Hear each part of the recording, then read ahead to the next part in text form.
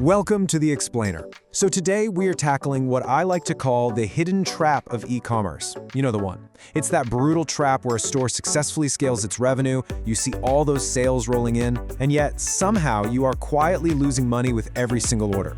It's incredibly frustrating, right? It's a stressful place to be.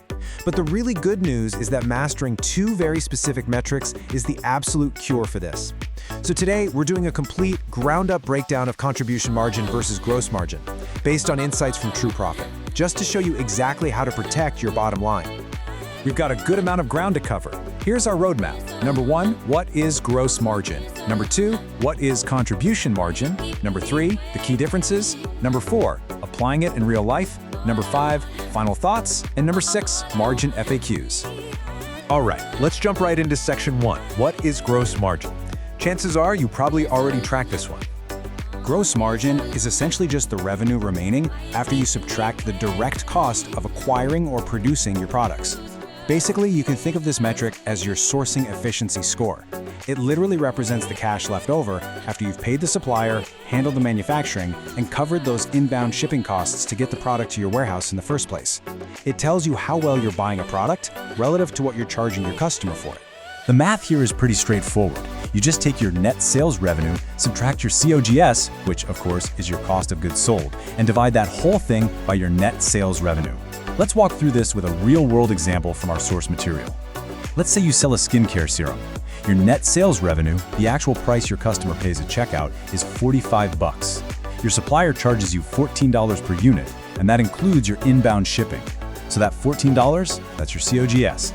If we plug those exact numbers in, 45 minus 14 divided by 45, we get a gross margin of 69%. Now, look, 69% looks absolutely fantastic on paper. If you saw that number pop up in your dashboard, you'd probably be thrilled. But I really have to warn you right now, this number is super deceiving. Why? Because it completely ignores all of your operating costs. It doesn't account for the ads you ran to get that specific sale, the transaction fees, or the shipping label to send it out. Which brings us to section 2. What is contribution margin? Let's see how this metric fills in those really dangerous missing blanks. Contribution margin is the revenue left after subtracting all variable costs, not just your COGS. Now this right here, this is your true profitability indicator, because it accounts for every single cost that changes with each order. It gives you the actual, real money left over in your bank account to cover your fixed overhead, the rent, the salaries, the software subscriptions, and to actually generate real, tangible profit. So when you calculate your contribution margin, you have to account for all these hidden expenses that scale directly up with your order volume. You absolutely must subtract your paid ad spend per order on Meta or TikTok. You've got to subtract your Shopify and payment gateway fees. You have to take out the outbound shipping label cost, your 3PL pick and pack fulfillment costs, any affiliate commissions, and yes, even your variable return costs. Ignoring this entire list is exactly the trap that kills growing stores. If your contribution margin goes negative after all these costs are factored in, well, more sales volume just means more financial losses. And as anyone who's ever run ads knows, fast-scaling platforms will literally eat your profits alive if you aren't tracking this stuff closely. Let's move to section 3, the key differences. Putting these two concepts head-to-head really clears things up. Simply put, gross margin gives you a very narrow product-level view. It only cares about COGS and sourcing efficiency. Contribution margin, on the other hand, gives you a much broader, store-level view of your true profit. For an e-commerce store relying heavily on paid traffic, the gap between these two numbers is just massive. Your ad spend, platform fees, and shipping can easily create a 20 to 40 percentage point gap between your gross margin and your true contribution margin. So here's a highly practical rule of thumb for you. When do you actually use which metric?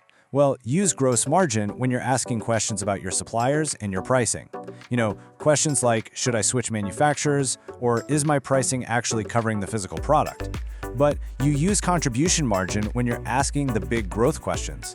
Can I afford to scale this ad campaign? What is my real break-even point? Let's jump to section 4, applying in real life. Because the most crucial point is how you actually use this in your day-to-day operations. Looking at the wrong margin can lead to some disastrous choices in 3 distinct areas: deciding which products to promote, evaluating your ad spend, and making scaling decisions. Let's zoom in on scenario number 2, evaluating your ad spend. Imagine this exact scenario with me.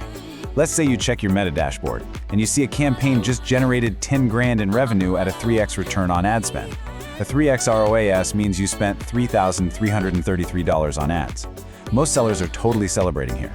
But wait, let's subtract your COGS, your Shopify fees, and your shipping on all those orders, which will say totals another $5,000. That leaves you with just $1,667 in real money. Relying purely on that 3x ROAS totally hides the fact that half of your revenue was just swallowed up by product and variable fees. And that means the true contribution margin for that supposedly amazing $10,000 campaign is only 16.7%. That's the big reveal. 16.7% is a far cry from the 69% gross margin we looked at earlier, isn't it?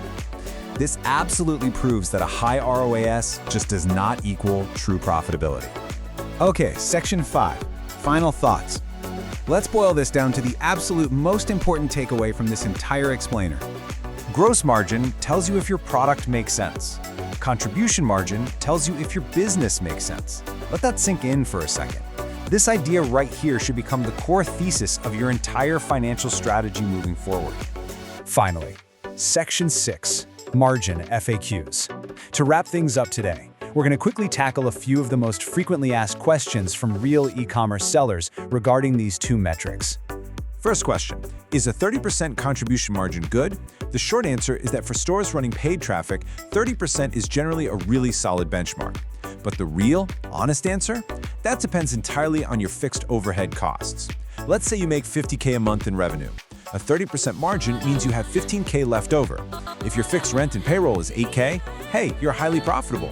But if your fixed costs are $20K, well, you're losing money every single month despite having a quote-unquote good margin. Next question. How does contribution margin actually help with break-even analysis? This brilliantly illustrates our final and probably most practical point today. Because how do you know exactly how many sales you need just to survive each month? To find your true break-even point, you literally just take your total fixed monthly costs and divide them by your per-unit contribution margin. For example, if your fixed overhead costs, like software, rent, salaries, are $3,600 a month and your contribution margin is $18 per order, you just do the math. 3,600 divided by 18. You need exactly 200 orders that month to break even. And is single order beyond 200? That's pure profit. Which leaves us with a final, pretty provocative question to think about. As you scale your store, are you growing into profit or are you just growing into a cash crisis?